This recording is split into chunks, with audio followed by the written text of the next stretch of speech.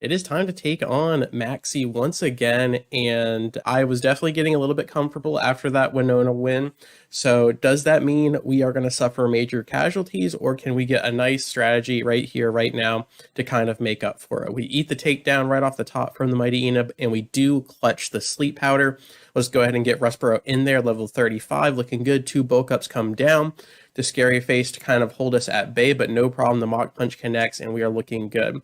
So we are +2 defense, +2 attack, and it still doesn't even matter as the Crobat Wing Attack completely shreds us. If we didn't get that 2 bulk up, we would have been one shot by the Crobat and definitely dead to a critical. If it goes Wing Attack and we swap into it, we are absolutely in trouble. But thankfully, only a Super Potion comes down. Make that 2 Super Potions. Maxi not wanting to lose his Pride and Joy Crobat as we get absolutely slammed by a Stab Wing Attack. And for some unknown reason, we get the roll. We get the freeze here, and that might be everything.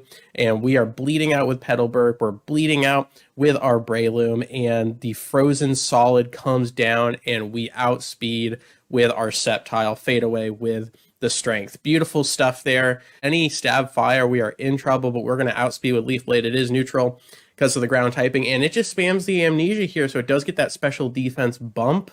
But we're going to go for the Leaf Blade as well with that high crit chance. We don't care. The takedown comes down, and we tank that pretty well, actually. Another Leaf Blade connects, and I think one more Leaf Blade is going to do the job as we hold on with 31 HP. The camera up cannot face off against our starter, and Littleroot absolutely clutches. It is time for that 7th gym battle against Tate and Liza. Let's just meet them head on. They have a team of 4, which is really nice because in Sapphire and Ruby, they only have the 2 aces. So with all of that pre-cap out of the way, I think we are just going to fake out the Xatu and not worry about the Confuse Ray or Sunny Day setup. And then I think we are just going to use Growth with our Cactus here and try to get a little bit out of hand if possible. So let's see how that goes. We're going to hold the Xatu off at bay, and then the Earthquake comes down. As long as no really big criticals, I think we'll be fine, as it is not very effective. So beautiful stuff there. And I think because they really don't have many avenues to attack us, I'm also going to go for a Growth on the Shiftry, and then we're going to go for one more Growth on Lava Ridge, the Cactus. So really good stuff. And then we can just double down with a +1 and +2 Stab Dark types, and it's just going to be a really clean sweep from there, I think. But there is the critical hit, so I might be getting a little bit greedy on the Shiftry side of things. However, Xatu can't actually physically hurt us. It can only continue spamming the Confuse Rays. So we're +1 on the Shiftry, and the Shiftry is faster than the Cactus, but the Cactus hits harder, so we got to keep that in mind. But this Claydol, I think, is going to be nuked into next year with a double feint attack. So Xatu actually goes for Calm Mind, which is immaculate. So now one of us isn't going to be confused. Xatu is faster, which is a problem, but this double down feint attack is going to be money in the bank. Verdant Turf is definitely hurting. The Shiftry taking a ton of damage. That Earthquake was not helping. But there goes the Claydol. And really, it's just that Confuse Ray from the Xatu that I'm a little bit worried about. Because other than that, we should be just fine. I think we're just going to double down onto the Solrock, and I'm going to risk it. We're just going to double down. There is the Confuse Ray.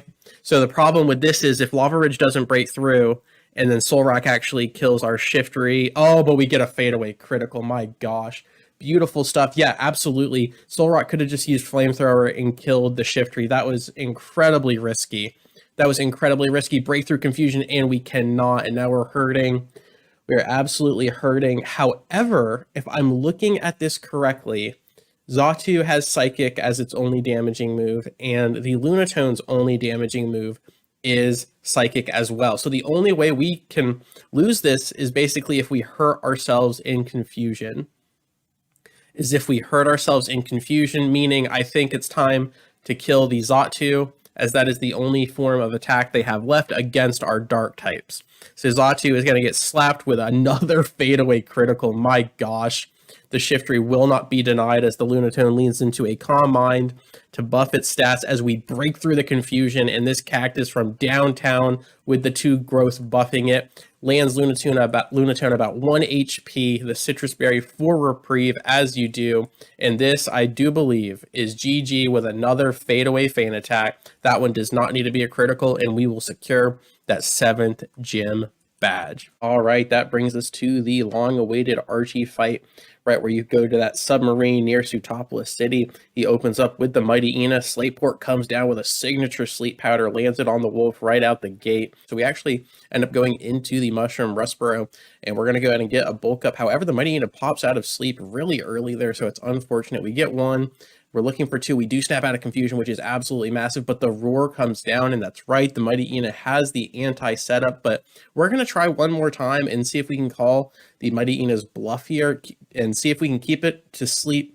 If we can get it to sleep a little bit longer this time, and it's still fast asleep, beautiful. We get one bulk up in, and it breaks out again, and the scary face comes down, and we take a massive takedown. However, the effect spore pops and gets a third sleep onto the Mighty Ina, and we are floating at dead on half HP, and I am going for it all as we get 3 or 4 bulk ups in, and I don't even care. We're going for more. We want it all. I do believe I get a 4th bulk up in. That could have been 5 since we were going so fast, but we get the super effective stab, mock punch, and now all or nothing on the Crobat. It does not crit through the bulked up defense. The Crobat falls, and now Sharpedo is the dark type. So this mock punch is double damage on top of all of those attack stats, and we are beautiful. However, I forget about the rough skin. Thankfully, it did hardly any damage, and the Breloom makes it out. I think we are primed and ready to secure the final gym battle. Let's see if we can do this without losing anybody. So Juan and Wallace, both in Emerald here, very formidable water types. As I say that, the Love Disc comes down. And I do believe we are just going to try to use the Love Disc to our advantage. We tank the Water Pulse, no problem, but we do miss the Sleep Powder. And we're going to have to tank the Sweet Kiss here, and I'm just going to go ahead and speed up. We just got to watch the health bar a little bit, and we get the sleep off. We are just going for the growth as Love Disc wakes up. Very unfortunate stuff there, and I might get Elite Seed down as well once we get enough growths in range just to stay healthy. But right now, we are good to go. We got 2 growth. I'm going to get 3 growth down if possible. We are confused, and we're going to take some damage on top of that. Really, this Love Disc has so many confusion options between the Water Pulse and Sweet Kiss. So seeing that now, I'm going to go ahead and get a Leech Seed down, and we might have blundered, but thankfully Lava Ridge breaks through, and that Leech Seed is going to start healing us up from the top. Beautiful stuff there, and we're going to go back to the growth as the Water Pulse keeps raining down, and if that crits, we are in trouble, but we do break out of confusion, which is absolutely massive, and there is a 25% mischance on that confusion move. However, Water Pulse is 100 and is going to keep chipping away. Hopefully no confusion. Beautiful stuff. We are really playing with fire here, I think, but I'm all for it. We're just going to go for one more growth, and hopefully Love Disc goes for something else, and thankfully we don't get confused. But we still have a bunch of other options that we can swap out into in case this does backfire. But at +6, we will be one-shotting everything, I do believe. Let's see here. So we are +6. We are at half HP, and I think we just blitz down. I think we just take care of business. The only problem is if we get outsped by the Kingdra and it decides to go Ice Beam, we will lose Cacturne. That's my only issue here, and if that confuses us, okay, it does not. So I am a little bit concerned of the Kingdra. I'm willing to go for this just because we set up so much and we are faster, thankfully. So that is definitely going to nuke. But I am really nervous for that Kingdra, and there it is. And if it outspeeds and goes Ice Beam, I think we're dead. We are, because our special defense is not great. But if it just cheeses with a double team, I'm going to be really disappointed. I'm going all in. And if Lava Ridge kills the Kingdra, oh, it goes for Ice Beam. We blew it. Oh my god. Oh, well done. Well done. Okay, so now we are in a little bit of trouble. We're going to throw out the Shifter. We should be able to tank just one Ice Beam. So let's go ahead and get that Fake Out down. This is going to be a little bit precarious. And let's see. I'm going to get 1 growth, hoping that it goes for double team. Absolutely. And now let's see if we can cheese a Feint Attack. It goes for double team again. Okay. But we are slower, so we got to watch out for that. How much damage are we talking with a growth Feint Attack? Is that enough? I'm not sure if that's enough, but I'm going to go for it. It goes for rest. Okay. So really, it's okay. We're trying to recover from the Cacturne loss. There is the berry. So if it uses rest again, it cannot wake up instantly. Another Feint Attack comes down. So we're just going for the 3-shot. It cheeses another double team, not realizing that we have that accuracy on lock. but we are just fine. And I don't know, that's probably in heal range from Juan, so I'm going to go for the growth. It absolutely is. Beautiful stuff. And now hopefully it's a 2-shot, but it'll probably still be really close. There is the Ice Beam. No crit, no freeze. No crit, no freeze. It critical hits the Shiftry. Oh my god. Now we don't have a Dark type.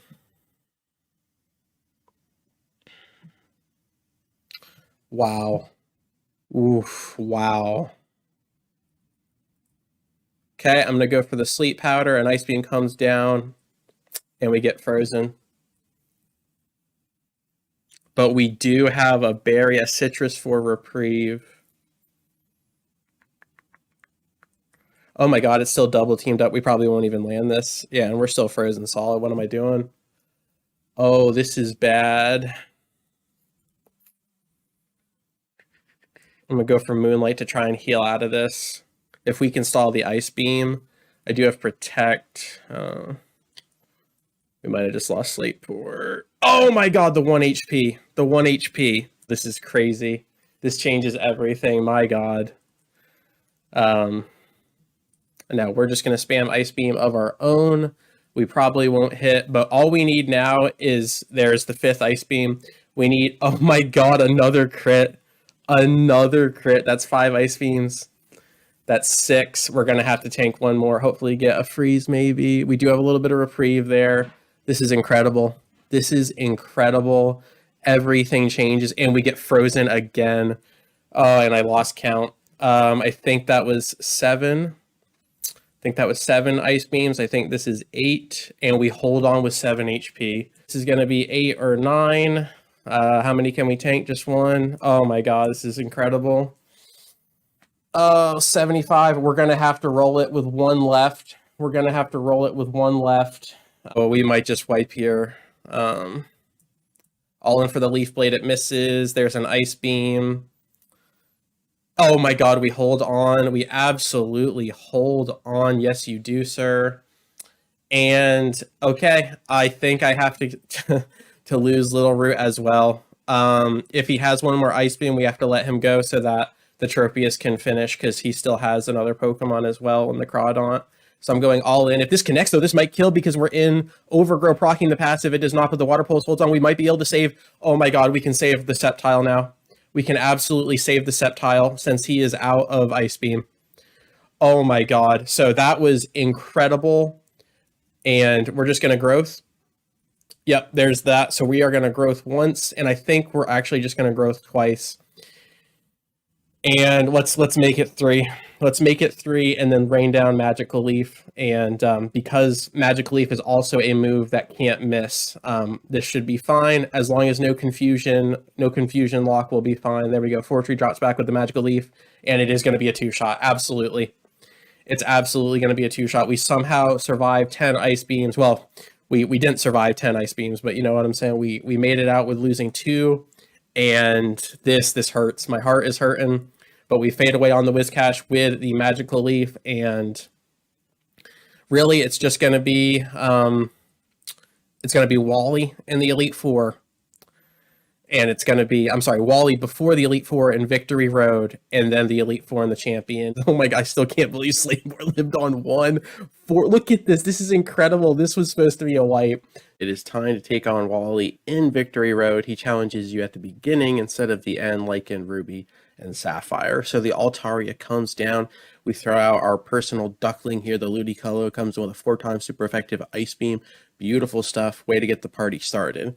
And now the Rosalia comes down. We are unable to use him in this run because, again, Ruby and Sapphire exclusive. Emerald fails to mention the double bouquet bundle here as we get Toxic Poison. Petalburg is hurting. We go for a second Ice Beam. It's not enough to finish the job.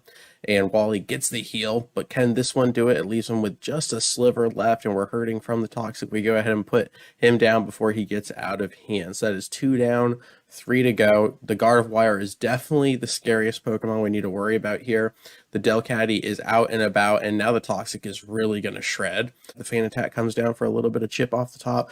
Really hardly any damage. Delcatty is not a great Pokemon, No offense, little buddy, but she is not as we put her to sleep. And now potentially just going to ramp up with Rustboro, our Breloom, but it wakes up on the next turn, which is just unfortunate. Another not very effective Feint attack comes down. So this is going to be prime time to set up. It's just opening the window enough to be able to do so. So we're probably not going to be able to get more than 1 or 2 bulk ups in, but I think that'll be just enough. I think it'll be just what we need to finish the last 3 Pokemon. So we land another Sleep Powder, absolutely clutching with the Slate Port here, Vileplume. Breloom comes down, gets 1 bulk up in, and can we get 2 is the question. It does look like it. 2 comes down, a Mach Punch should be able to finish Duck Heading, no problem. Another Feint attack comes down, but it does hardly any damage. The Mach Punch does connect, super effective and stab, beautiful stuff. That just leaves 2 Pokemon, and Gardevoir comes down. But we come in with a Silk Scarf boosted return off of a +2 bulk up, and it is enough to take down the ace. Beautiful stuff there. Tip your hat to Breloom as he fades away with a stab, super effective Mach Punch, and Wally is defeated. All right, without further ado, it is time to break open the doors of the Elite Four. Sydney comes down, leading with the mighty Ina here. We just check out Rustboro, take a -1 off the top with an Intimidate, but I don't think it's going to matter with our ridiculously high physical attack stat on top of stab super effective damage. It's just insane. And then if we don't kill, we can just easily get a bulk up in while Sydney heals. So the Ace Absol comes down and eats the Brick Break as well. We leveled everyone up to the Salamence level cap of Drake. And then we also got a little cheeky and put the EXP bar all the way to the end just so we could get a little bit of help there, because I am quite nervous going into this run. This is our 7th attempt as Rustboro completely fades with another Brick Break and a fadeaway critical. You'll love to see it. This is our 7th attempt here, and I mean, if we lose, we're going all the way back, but coming this far has really shown me how much it takes to beat this challenge, and I would so love just to win on this run right here.